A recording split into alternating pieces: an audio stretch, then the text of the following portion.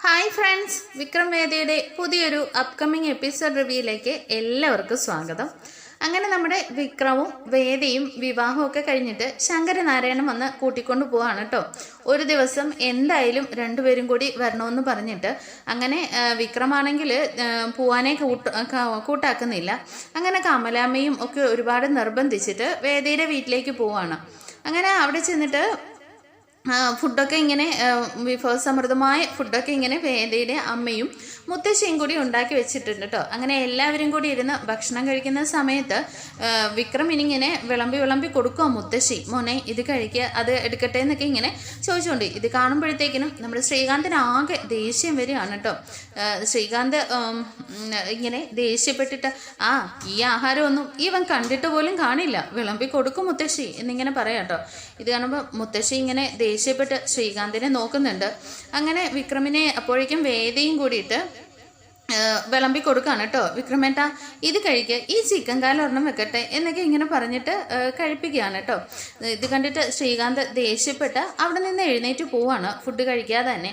അപ്പോൾ വേദ ഇങ്ങനെ ഫുഡ് എടുത്ത് വായിൽ വെച്ചിട്ട് ആഹാ എന്താ ടേസ്റ്റ് അല്ലേ വിക്രമേട്ടാ, വിക്രു ഇതും കൂടി ഒന്ന് കഴിക്കാമെന്ന് പറഞ്ഞിട്ട് വീണ്ടും വിളമ്പി കൊടുക്കുകയാണ് കേട്ടോ. അങ്ങനെ ശ്രീകാന്ത് അവിടെ നിന്ന് ദേഷ്യപ്പെട്ട് പോകുന്നുണ്ട്. അങ്ങനെ ശങ്കരനാരായണനും വലുതായിട്ടൊന്നും വിക്രമിനോട് സംസാരിക്കുന്നില്ല കേട്ടോ. എന്നാൽ വേദയോട് നല്ല സ്നേഹമാണ്. അങ്ങനെ എന്നാൽ ഫുഡൊക്കെ ഇങ്ങനെ കഴിച്ചിട്ട് അവർ കിടക്കാനായിട്ട് എല്ലാവരും പോകുന്നുണ്ട് കേട്ടോ. ഈ സമയം എല്ലാവരും ഉറങ്ങി എഴുന്നേൽക്കുമ്പോൾ തന്നെ രാവിലെ വിക്രമിനെ നോക്കിയിട്ട് വേദ അവിടെ എല്ലാം നോക്കിയിട്ട് കാണുന്നില്ല കേട്ടോ. റൂമിലെല്ലാം നോക്കിയിട്ട് വെളിയിലെല്ലാം ഇറങ്ങി വന്ന് നോക്കുന്നുണ്ട്. വിക്രം എന്ന് വിളിച്ച് നോക്കുന്നുണ്ട്. അങ്ങനെ മുത്തശ്ശി വന്ന് ചോദിക്കുന്നുണ്ട്, എന്താ മോളെ എന്താ? അല്ല മുത്തശ്ശി, രാവിലെ വിക്രമിനെ കാണുന്നില്ല, എന്താ ഇവിടെ മുത്തശ്ശി കണ്ടോ എന്നിങ്ങനെ ചോദിക്കുകയാണ്. ഇല്ല മോളെ, വിക്രം എവിടെ പോവാനാ, ഇവിടെ എവിടെയെങ്കിലും കാണുമെന്നിങ്ങനെ പറയുമ്പോഴേക്കും ശ്രീകാന്ത് അങ്ങോട്ടേക്ക് വരുന്നുണ്ട് കേട്ടോ. എന്താ മുത്തശ്ശിന്ന് ചോദിക്കുക. വിക്രമിനെ കണ്ടില്ലെന്ന്. അവനെ ഈ വലിയ വീട്ടിലൊന്നും കിടന്നാൽ ചിലപ്പോൾ ഉറക്കം വരില്ലായിരിക്കും. ഇനിയിപ്പോൾ വല്ല ഗുണ്ടാപ്പണിക്കും പാതിരാത്രിയിൽ ഇറങ്ങി പോയിട്ടുണ്ടാവും, വല്ലവരെ തല്ലാനോ കൊല്ലാനോ ഒക്കെ. ഇപ്പോൾ അതൊന്നും അന്വേഷിക്കാനേ എനിക്ക് സമയമില്ല എന്നിങ്ങനെ പറയാം കേട്ടോ. അപ്പോഴേക്കും മുത്തശ്ശി പറയുന്നുണ്ട്, മോനെ ഇവിടെ എവിടെയെങ്കിലും ഒന്ന് നോക്കിയേ, വിക്രം ഇവിടെ കാണും, പിന്നെ എനിക്കെങ്ങോ അവനെ അന്വേഷിക്കാൻ സമയമില്ല എന്ന് പറഞ്ഞിട്ട് ശ്രീകാന്ത് ഇങ്ങനെ പോവാണ് കേട്ടോ. അപ്പോഴേക്കും അതെ, ആരും ബുദ്ധിമുട്ടേണ്ട കാര്യമില്ല, എൻ്റെ ഭർത്താവിനെ അന്വേഷിക്കാൻ എനിക്കറിയാമെന്ന് പറഞ്ഞിട്ട് വേദ ഇങ്ങനെ വിക്രമിനെ തപ്പി വെളിയിലേക്ക് ഇങ്ങനെ ഇറങ്ങി വരിക കേട്ടോ. അങ്ങനെ വേദയാണെങ്കിൽ വെളിയിലേക്ക് ഇറങ്ങി ചെല്ലുമ്പോഴേക്കും നമ്മുടെ വിക്രമാണെങ്കിൽ ദേഹത്ത് മൊത്തം ഈ മരത്തിൻ്റെ ഇലയും പൊടിയൊക്കെ ഇങ്ങനെ വീണിട്ട് ആകെ ടയേർഡായി മുഷിഞ്ഞിങ്ങനെ നിൽക്കുക കേട്ടോ.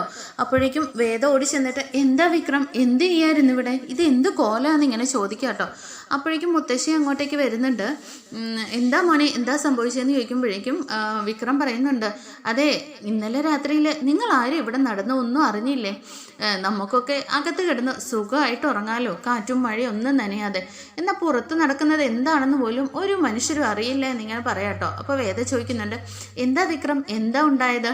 അതെ ഇന്നലെ രാത്രിയിൽ ഒരു വെളുപ്പിനെ ആയപ്പോഴേക്കും ഈ നമ്മുടെ വീടിൻ്റെ സൈഡിൽ ആയിട്ട് ഭയങ്കര ആംബുലൻസിൻ്റെ സൗണ്ട് കേട്ടു. എന്നിട്ട് വിക്രം എന്ത് ചെയ്തു, ഞാൻ ഇറങ്ങി നോക്കിയപ്പോൾ ആ ആംബുലൻസിൻ്റെ വഴി മുടക്കിക്കൊണ്ട് ഒരു വലിയ മരം ഇങ്ങനെ പിഴുത് കിടക്കുമായിരുന്നു. രാത്രി നല്ല കാറ്റും മഴയായിരുന്നു. അതുകൊണ്ട് തന്നെ അത് നീക്കം ചെയ്യാതെ ആംബുലൻസിനെ കടന്നു പോകാൻ പറ്റില്ലെന്നായി എന്നിങ്ങനെ പറയുമ്പോഴേക്കും നമ്മുടെ ശ്രീകാന്ത് അങ്ങോട്ടേക്ക് വരുന്നുണ്ട് കേട്ടോ. പിന്നെ ഇവിടെ നീ ഇപ്പം മുനിസിപ്പാലിറ്റി ജോലിയൊക്കെ ഏറ്റെടുത്തോ? ഇവിടെ സാധാരണ ആംബുലൻസിനൊക്കെ ബ്ലോക്ക് ആക്കിയാലേ മുനിസിപ്പാലിറ്റിയിലൊക്കെ വിളിച്ചു പറയുക പതിവ്, അതെന്താ ചെയ്തില്ലേന്ന് ഇങ്ങനെ ചോദിക്കാം കേട്ടോ. അപ്പോഴേക്കും എന്താ അളിയ ഇത്ര വിവരമില്ലാതെ സംസാരിക്കുന്നത്? അതൊക്കെ ഞങ്ങൾ ശ്രമിച്ചതാണ്, മുനിസിപ്പാലിറ്റിയിലൊക്കെ അറിയിച്ചപ്പോൾ ഇതുപോലെ ഒരുപാട് റോഡുകളിൽ ഒത്തിരി മരം പിഴുതൊക്കെ കിടപ്പുണ്ട്, അവരതൊക്കെ നീക്കം ചെയ്യാനായിട്ട് ബിസിയാണ്. അപ്പോൾ ഞാൻ നോക്കിയിട്ട് വേറൊരു വഴിയും കണ്ടില്ല, എൻ്റെ ഫ്രണ്ട്സിനെയും കൂടി കൂട്ടിയിട്ട് ഞങ്ങൾ ഇതെല്ലാം കട്ട് ചെയ്ത് മാറ്റുമായിരുന്നു രാത്രി മുഴുവൻ ഇങ്ങനെ പറയാം കേട്ടോ. ഈ സമയം വേദയാണെങ്കിൽ ഭയങ്കര അഭിമാനത്തോടു കൂടി ഇങ്ങനെ ശ്രീകാന്തിനെ നോക്കിയിട്ട് ഇങ്ങനെ ചിരിക്കുകയാണ് കേട്ടോ. ഇങ്ങനെ വിക്രം ഇത്ര നല്ല മനസ്സുള്ള ആളാണല്ലോ എന്നൊക്കെ ഇങ്ങനെ മുത്തശ്ശിയും പറയുന്നുണ്ട് കേട്ടോ. അപ്പോഴേക്കും ദീപ്തി ഇങ്ങനെ ചോദിക്കുന്നുണ്ട്, അല്ല ഈ വിക്രമേട്ടൻ്റെ ഒരു കാര്യം, ഇതെങ്ങനെയാ ഈ ആംബുലൻസിൻ്റെ സൗണ്ട് വിക്രമേട്ടന് മാത്രം കേട്ടത്? അതെ, നമ്മുടെ ചുറ്റുമുള്ളവർക്ക് വേണ്ടിയിട്ട് നമ്മുടെ മനസ്സും കൂടി തുറന്നു വെച്ചാലേ ആംബുലൻസിൻ്റെതെന്നല്ല ഒരു കിളി കരഞ്ഞാൽ പോലും നമ്മുടെ ചെവിയിൽ അത് കേൾക്കുമെന്ന് ഇങ്ങനെ വിക്രം പറയാട്ടോ. ഇങ്ങനെ എല്ലാവരും കൂടി സംസാരിച്ചുകൊണ്ട് നിൽക്കുന്ന സമയത്തേക്ക് അവിടേക്ക് ഒരാൾ കയറി വരുന്നുണ്ട് കേട്ടോ. എന്നാൽ അകത്ത് നിന്നുകൊണ്ട് ശങ്കരനാരായണൻ ഇതെല്ലാം കാണുന്നുണ്ട് കേട്ടോ. അങ്ങനെ സാറിന്ന് വിളിച്ചുകൊണ്ട് അയാൾ വരുമ്പോഴേക്കും ശങ്കരനാരായണൻ എന്താ കുമാര എന്താന്ന് ചോദിച്ചുകൊണ്ട് വരികയാണ് കേട്ടോ. അപ്പോഴേക്കും ചോദിക്കുന്നുണ്ട്, സാർ ഇദ്ദേഹം ആരാണ് നിങ്ങളുടേന്ന് ചോദിക്കുമ്പോഴേക്കും ശങ്കരനാരായണൻ കുറച്ചു നേരം ഒന്ന് വിക്രമിനെ നോക്കിയിട്ട് ഇങ്ങനെ ഒന്നും മറുപടി പറയാതെ ഇങ്ങനെ നിൽക്കുകയാണ്. മരുമകൻ എന്ന് പറയാനായിട്ട് ഒരു മടി. എന്നിട്ട് പിന്നെയും ചോദിക്കുകയാണ്, സാർ ഇദ്ദേഹം നിങ്ങളുടെ മരുമകനാണോ എന്നിങ്ങനെ ചോദിക്കാം കേട്ടോ. അപ്പോൾ ആന്ന് ഒരു വല്ലാത്ത ബുദ്ധിമുട്ടോടുകൂടി ശങ്കരനാരായണൻ എൻ്റെ മരുമകനാണ് എന്നിങ്ങനെ സമ്മതിക്കുകയാണ് കേട്ടോ. എന്തായാലും സാറ് ഭാഗ്യം ചെയ്ത മനുഷ്യനാണ്. ഇല്ലെങ്കിൽ ഇദ്ദേഹത്തെ പോലെ ഒരാളെ സാറിന് മരുമകനായിട്ട് കിട്ടില്ലായിരുന്നു എന്നിങ്ങനെ പറയാം കേട്ടോ. ഇത് കേൾക്കുമ്പോഴേക്കും എല്ലാവരും ഇങ്ങനെ അന്തം വിട്ട് നിൽക്കുകയാണ്. അപ്പോൾ ഇത് വേദയാണെങ്കിൽ ശങ്കരനാരായണനെ ഇങ്ങനെ നോക്കുന്നുണ്ട് കേട്ടോ. അപ്പോൾ ശങ്കരനാരായണൻ പറയുന്നുണ്ട്, എന്താ കുമാര എന്താ ഈ പറയുന്നത്? അതേ സാർ, ഇന്നലെ രാത്രിയിൽ നല്ല മഴയായിരുന്നു, കറണ്ടും ഉണ്ടായിരുന്നില്ല. എന്നാൽ എൻ്റെ മകൾക്ക് ലേബർ പെയിൻ നന്നായിട്ട് വന്നു. ഞങ്ങൾക്ക് എന്ത് ചെയ്യണമെന്ന് അറിയില്ല. ആംബുലൻസിന് കോൾ ചെയ്തിട്ട് വഴിയിൽ ഇവിടെ ഒരു വലിയ മരം പിഴുത് കിടക്കുമായിരുന്നു. ബ്ലോക്കായി കിടന്നുകൊണ്ട് ആംബുലൻസിന് അങ്ങോട്ടേക്ക് എത്താനും കഴിഞ്ഞിരുന്നില്ല. പെട്ടെന്നാണ് ആ സമയം ഞങ്ങൾ എത്രത്തോളം എൻ്റെ മകളെ എടുത്തുകൊണ്ട് ഈ മഴയത്ത് ഒരു ഗർഭിണിയായ മകളെ എടുത്തുകൊണ്ട് ഞങ്ങൾക്ക് പോകാൻ പറ്റും. അങ്ങനെയാണ് ഒരു ദൈവദൂതനെ പോലെ ഇദ്ദേഹം അങ്ങോട്ടേക്ക് ഇറങ്ങി വന്നത്. എന്നിട്ട് ആ മരം മുഴുവൻ വെട്ടിമാറ്റി ഞങ്ങൾക്ക് ആംബുലൻസിന് വഴിയൊരുക്കിയതിന് ശേഷമാണ് ഇദ്ദേഹം മാറിപ്പോന്നത്. പിന്നീട് ഞങ്ങൾക്ക് ഇദ്ദേഹത്തിനെ കാണാൻ കഴിഞ്ഞില്ല. അതുകൊണ്ടാണ് ഇപ്പോൾ ഞാൻ വന്നത്. ഇപ്പോൾ എൻ്റെ മകളുടെ പ്രസവമൊക്കെ സുഖമായിട്ട് നടന്നു, കുഞ്ഞും സുഖമായിട്ടിരിക്കുന്നു. ഇനിയിപ്പോൾ ഈ ദൈവത്തിനെ ഞങ്ങൾക്ക് നേരിട്ടൊന്ന് നന്ദി പറയാൻ വേണ്ടിയിട്ടാണ് വന്നതെന്ന് പറഞ്ഞിട്ട് വിക്രമിൻ്റെ കാലിലിങ്ങനെ വീഴാൻ പോവാണ് കേട്ടോ. അപ്പോഴേക്കും വിക്രം അദ്ദേഹത്തെ പിടിച്ച് എഴുന്നേൽപ്പിക്കുന്നുണ്ട്. എന്താ ചേട്ടാ, എന്താ ഇതൊക്കെ നമ്മുടെ ഒരു മാനുഷിക പരിഗണനയല്ലേ, അത്രയും ഞാൻ ചെയ്തുള്ളൂ, ഇതൊന്നും വലിയ കാര്യമല്ല എന്ന് പറഞ്ഞിട്ട് വിക്രം ഇങ്ങനെ നിൽക്കുകയാണ് കേട്ടോ. അപ്പോഴേക്കും അയാൾ വീണ്ടും ശങ്കരനാരായണനോട് പറയുന്നുണ്ട്, കണ്ടോ സാർ, ഇത്രയും വലിയ കാര്യം ചെയ്തിട്ട് പോലും എത്ര വിനയത്തോടു കൂടിയാണ് നിൽക്കുന്നത്. മോൻ്റെ പേരെന്താന്ന് ഇങ്ങനെ ചോദിക്കുക. അപ്പോൾ വിക്രം സുധാകരൻ എന്നിങ്ങനെ പറയുന്നുണ്ട്. അങ്ങനെ പറയുന്നുണ്ട്, വേദയുടെ അടുത്തേക്കും ചെന്നിട്ട് പറയുന്നുണ്ട്, മോള് പുണ്യം ചെയ്തതാണ് ഇതുപോലൊരു ഭർത്താവിനെ കിട്ടാനെന്ന് ഇങ്ങനെ പറയാട്ടോ. ഇത് കേട്ടിട്ട് ശ്രീകാന്തിനെ ഇങ്ങനെ വർഷം നോക്കുമ്പോഴേക്കും ശ്രീകാന്ത് ഇങ്ങനെ ഒരു പുച്ഛത്തോടു കൂടി ഇങ്ങനെ നിൽക്കുകയാണ്. അപ്പോഴേക്കും സാർ, എന്തായാലും ഇനി ഞാൻ സ്വീറ്റ്സ് ഒക്കെ മേടിച്ചുകൊണ്ട് വരുന്നുണ്ട് എന്ന് പറഞ്ഞിട്ട്, എന്തായാലും ഇതൊരു ദൈവദൂതനാണ്, അല്ലാതെ ഒരു മനുഷ്യനെ കൊണ്ട് സാധിക്കുന്ന കാര്യമല്ല ഇദ്ദേഹം ചെയ്തത്. സാറിന് എന്തായാലും നന്മ വരട്ടെ എന്നൊക്കെ പറഞ്ഞിട്ട് വിക്രമിനെ ഒരുപാട് ഇങ്ങനെ അനുഗ്രഹിച്ചിട്ടൊക്കെ അയാൾ അങ്ങനെ പോവാണ് കേട്ടോ. ഇത് കഴിഞ്ഞിട്ട് ദീപ്തിയും ഭയങ്കര അത്ഭുതത്തോടു കൂടി പറയുന്നുണ്ട്, അയ്യോ വിക്രമേട്ടൻ അത്രയും വലിയ മരമൊക്കെ കട്ട് ചെയ്തോ എന്നിങ്ങനെ അത്ഭുതത്തോടു കൂടി ചോദിക്കാട്ടോ. അപ്പോൾ മുത്തശ്ശിയും പറയുന്നുണ്ട്, അയാൾ വന്ന് പറഞ്ഞില്ലേ മോനെ അത്രത്തോളം ആ ദൈവത്തിൻ്റെ അനുഗ്രഹങ്ങളെല്ലാം അതൊക്കെ മോനുണ്ടാവും എന്നിങ്ങനെ പറയാട്ടോ. അപ്പോൾ വിക്രം പറയുന്നുണ്ട്, മുത്തശ്ശി ഇതൊന്നും വലിയൊരു കാര്യമല്ല, നമ്മുടെ കൂടെയുള്ള സഹോദരങ്ങൾക്ക് നമ്മൾ ചെറിയൊരു നമ്മളെ കൊണ്ട് കഴിയുന്ന ഒരു സഹായം ചെയ്തതേ ഉള്ളൂ എന്ന് പറഞ്ഞിട്ട് വിക്രം അതിനെ നിസ്സാരമാക്കിയിട്ട് ഇങ്ങനെ ദേഹം മുഴുവൻ അഴുക്കാണ്, ഞാൻ പോയി ഒന്ന് കുളിച്ചിട്ട് വരാമെന്ന് പറഞ്ഞിട്ട് അങ്ങനെ അകത്തേക്ക് പോകാൻ തുടങ്ങുകയാണ് കേട്ടോ. അങ്ങനെ വിക്രം പോകാൻ തുടങ്ങുന്ന സമയത്ത് ശങ്കരനാരായണൻ്റെ മുഖത്തേക്ക് ഇങ്ങനെ നോക്കുന്നുണ്ട്. വിക്രമിനെ നോക്കിയിട്ട് ശങ്കരനാരായണൻ ചെറുതായിട്ടൊന്ന് പുഞ്ചിരിക്കുന്നുണ്ട് കേട്ടോ. ശങ്കരനാരായണന് വിക്രമിനെ ഓർത്തിട്ട് ഒരു അഭിമാനമൊക്കെ തോന്നുന്നുണ്ട്. അങ്ങനെ വിക്രം കുളിക്കാനായിട്ട് പോയി കഴിയുമ്പോഴേക്കും ശങ്കരനാരായണന് കഴിഞ്ഞ ദിവസം ഒരു കേസിൻ്റെ കാര്യത്തിനൊക്കെ വന്നപ്പോൾ നല്ല ബുദ്ധിപരമായിട്ട് കാര്യങ്ങൾ ചിന്തിച്ച് ശങ്കരനാരായണനും കൂടി തിരുത്തി കൊടുത്ത കാര്യവും ഇപ്പം അയാൾ വന്നിട്ട് വിക്രമിനെ കുറിച്ച് പറഞ്ഞതൊക്കെ ഓർക്കുമ്പോൾ എന്തുകൊണ്ടും എൻ്റെ മോളെടുത്ത തീരുമാനം ഒരിക്കലും പാഴായി പോയിട്ടില്ല എന്നിങ്ങനെ ശങ്കരനാരായണൻ മനസ്സിലിങ്ങനെ ചിന്തിക്കുന്നുണ്ട് കേട്ടോ. അങ്ങനെ ഈ സമയം വിക്രം കുളിയൊക്കെ കഴിഞ്ഞിട്ട് ഇങ്ങനെ വന്നിരിക്കുമ്പോഴേക്കും ശ്രീകാന്ത് അവിടെ നിൽപ്പുണ്ട്. അപ്പോൾ ശ്രീകാന്തിൻ്റെ അടുത്ത് വന്ന് ചോദിക്കുന്നുണ്ട്, അളിയോ എൻ്റെ ഭാര്യയെ കണ്ടോ എന്നിങ്ങനെ ചോദിക്കുക കേട്ടോ. അപ്പോഴേക്കും ഇങ്ങനെ ശ്രീകാന്ത് ദേഷ്യപ്പെടുന്നുണ്ട്. ശ്രീകാന്ത് ദേഷ്യപ്പെട്ട് പറയുന്നുണ്ട്, നിന്നോട് ഞാൻ പലതവണ പറഞ്ഞിട്ടുണ്ട് നിന്നെ അളിയാന്ന് എന്നെ വിളിക്കണ്ടെന്ന്. പിന്നെ പെങ്ങളെ കെട്ടിയ പെങ്ങളുടെ ആങ്ങളേനെ പിന്നെ ഞാൻ എന്താ വിളിക്കേണ്ട, അളിയെന്നല്ലാതെ വല്ല പുളിയെന്ന് വിളിക്കാൻ പറ്റുമോ എന്നിങ്ങനെ ചോദിക്കാം കേട്ടോ. അപ്പോഴേക്കും വിക്രം പറയുന്നുണ്ട്, എന്നെ നീ അങ്ങനെയൊന്നും വിളിക്കേണ്ടത്. ഇങ്ങനെ ശ്രീകാന്ത് ദേഷ്യപ്പെട്ട് കഴിയുമ്പോഴേക്കും ഞാൻ നിൻ്റെ അളിയനല്ല, എന്നാൽ പിന്നെ അമ്മാവാന്ന് വിളിക്കാന്ന് ഇങ്ങനെ വിക്രം പറയാം കേട്ടോ. ഇത് കണ്ടിട്ട് ശ്രീകാന്ത് ഒന്നും മിണ്ടാതെ ദേഷ്യപ്പെട്ടു പോയി അങ്ങോട്ടേക്ക് മാറിയിരിക്കുകയാണ്. അങ്ങനെ അവിടേക്ക് എന്നിട്ട് നമ്മുടെ വിക്രം ഇരിക്കുന്നുണ്ട് കേട്ടോ. എന്നാൽ ശ്രീകാന്തിൻ്റെ അടുത്തേക്ക് വിക്രം ഇരിക്കുന്നത് ശ്രീകാന്തിന് നല്ല ദേഷ്യം വരികയാണ്. അവിടെ നിന്ന് ചാടി എഴുന്നേൽക്കുകയാണ് കേട്ടോ. അപ്പോഴേക്കും വിക്രം പറയുന്നുണ്ട്, വിക്രമ അത്രയ്ക്കൊന്നും ബഹുമാനമൊന്നും വേണ്ട അളിയ, ഇവിടെ വന്നിരുന്നു എന്നിങ്ങനെ പറയാം. ഇത് കേട്ടിട്ട് ശ്രീകാന്ത് പറയുന്നുണ്ട്, കണ്ട വഴി കിടക്കുന്നവന്മാരെയൊക്കെ നാണമില്ലാത്തവന്മാരെയൊക്കെ പെരയിലേക്ക് വിളിച്ചുകൊണ്ട് വന്ന ഇതായിരിക്കും അവസ്ഥയെന്ന് ഇങ്ങനെ പറയാം കേട്ടോ. അപ്പോഴേക്കും വിക്രം പിന്നെയും പറയുന്നുണ്ട്,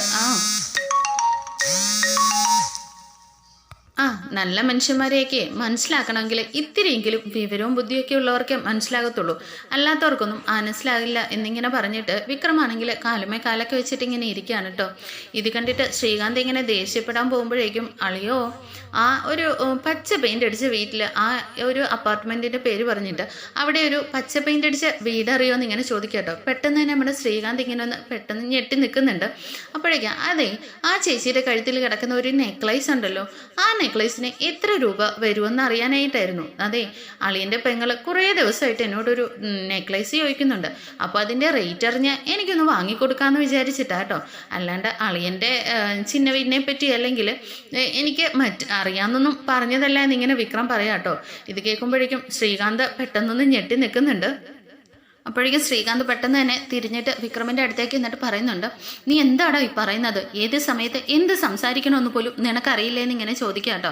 ഇത് കേട്ടിട്ട് വിക്രം പറയുന്നുണ്ട്, അല്ല നമ്മൾ ഈ അഭിമാനത്തെക്കുറിച്ചൊക്കെയാണല്ലോ സംസാരിച്ചുകൊണ്ടിരുന്നത്, അപ്പോഴാണ് എനിക്ക് ഈ നെക്ലേസിൻ്റെ കാര്യം ഓർമ്മ വന്നതെന്ന് ഇങ്ങനെ പറയാം കേട്ടോ. അപ്പോഴേക്കും വർഷ അങ്ങോട്ടേക്ക് വരുന്നുണ്ട്. എന്താ ഏട്ടാ, എന്ത് നെക്ലേസിൻ്റെ കാര്യമാണ് പറഞ്ഞുകൊണ്ടിരുന്നതെന്ന് ഇങ്ങനെ ചോദിച്ചുകൊണ്ട് അങ്ങോട്ടേക്ക് വർഷ വരുന്നുണ്ട് കേട്ടോ. അപ്പോഴേക്കും വിക്രം പറയുന്നുണ്ട്, അല്ല ചേച്ചി, ഈ ഡയമണ്ട് നെക്ലേസിനൊക്കെ എത്ര റേറ്റ് വരും എന്നറിയാനാണ് ഇങ്ങനെ ചോദിച്ചതെന്ന് പറയുമ്പോഴേക്കും അത് ഒരു 10 ലക്ഷം 20 ലക്ഷം ഒക്കെ രൂപയാവും എന്നിങ്ങനെ പറയാം കേട്ടോ. എന്താ വിക്രം, ആർക്കാ ഇപ്പോൾ ഡയമണ്ട് നെക്ലേസ് എന്ന് പറയാം കേട്ടോ. അത് ചേച്ചി, ഈ ഡയമണ്ട് നെക്ലേസിനെ കുറിച്ച് എനിക്കൊന്ന് അറിഞ്ഞിരിക്കാനാ, പറ്റുമെങ്കിൽ നമുക്ക് വേദിക്കൊരെണ്ണം വാങ്ങിക്കൊടുക്കാമല്ലോ എന്നിങ്ങനെ പറയാം കേട്ടോ. അപ്പോഴേക്കും വീണ്ടും ഈ ഡയമണ്ട് നെക്ലേസ് ഏത് മോഡലായിരിക്കും, ഏത് റേറ്റ്, എന്നാലും സ്റ്റാർട്ടിങ് എത്രയായിരിക്കും എന്നൊക്കെ ഇങ്ങനെ ചോദിക്കുമ്പോൾ വർഷം ഇങ്ങനെ വിക്രമിൻ്റെ അടുത്തേക്ക് ചെല്ലുകയാണ് കേട്ടോ. അതെ, ഇപ്പോൾ ഓരോ മോഡൽ അനുസരിച്ചിട്ട് റേറ്റിൽ വ്യത്യാസം വരും എന്നിങ്ങനെ പറയട്ടോ. അപ്പോഴേക്കും ശ്രീകാന്ത് പെട്ടെന്ന് തന്നെ വർഷ അവിടെ നിന്ന് ഓടിച്ചു വിടുകയാണ്. ഇപ്പോൾ ഡയമണ്ട് നെക്ലേസ് നീ ഒന്ന് പൊക്കെ, നിനക്ക് ഇതിന് ഡയമണ്ട് നെക്ലേസിനെ കുറിച്ച് എന്തറിയാം, നീ ഒന്ന് അകത്തേക്ക് കയറി പോകുന്നൊക്കെ പറയാട്ടോ.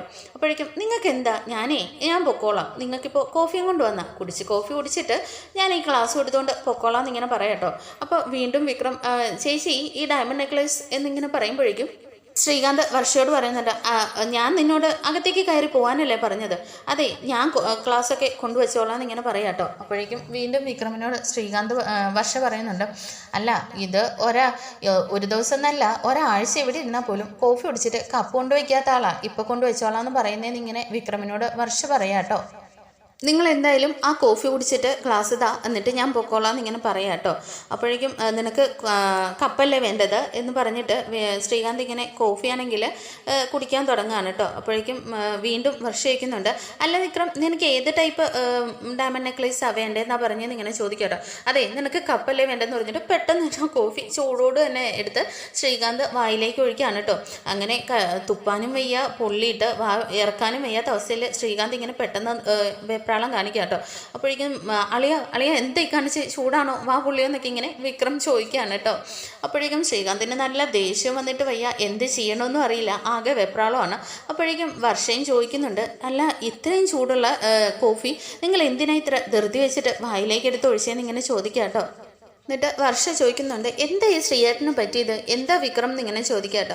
അപ്പോഴേക്കും വിക്രം പറയുന്നുണ്ട്, അതെ ഈ പച്ച കളർ ഫോബിയ എന്ന് പറഞ്ഞിട്ട് ഒരു സിംറ്റംസ് ഉണ്ട്, അതാണ് ഇപ്പോൾ അളിയന് പറ്റിയേക്കുന്നതെന്ന് ഇങ്ങനെ പറയട്ടോ. വീണ്ടും ശ്രീകാന്ത് ഇങ്ങനെ പെട്ടെന്ന് തന്നെ ചാടി എഴുന്നേറ്റിട്ട്, നീ ഒന്ന് മിണ്ടാതിരിക്കുന്നുണ്ടോ, പക്ഷേ നീ അകത്തേക്ക് കയറി പോകുന്ന ഇങ്ങനെ പറയാട്ടോ.